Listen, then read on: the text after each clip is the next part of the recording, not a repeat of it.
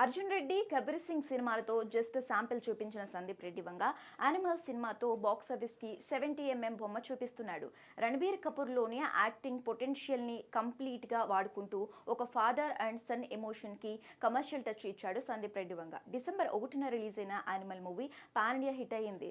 Animal hit అవుతుంది అనుకున్న వాళ్ళు కూడా ఈ రేంజ్ హిట్ అవుతుంది అని కలలో కూడా ఊహించి ఉండరు. కెనడా నుంచి ఆస్ట్రేలియా వరకు చాలా సెంటర్స్ లో కొత్త బాక్సాఫీస్ రికార్డ్స్ ని క్రియేట్ చేసింది యానిమల్ సినిమా.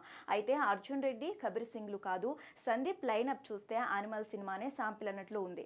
సందీప్ రెడ్డి వంగాకి ప్రస్తుతం ఉన్న కమిట్మెంట్స్ చూస్తేనే బుర్రపాడయ్యేలా ఉన్నాయి. రెబల్ స్టార్ ప్రభాస్తో స్పిరిట్ సినిమా ఇప్పటికే అనౌన్స్ అయి ఉంది.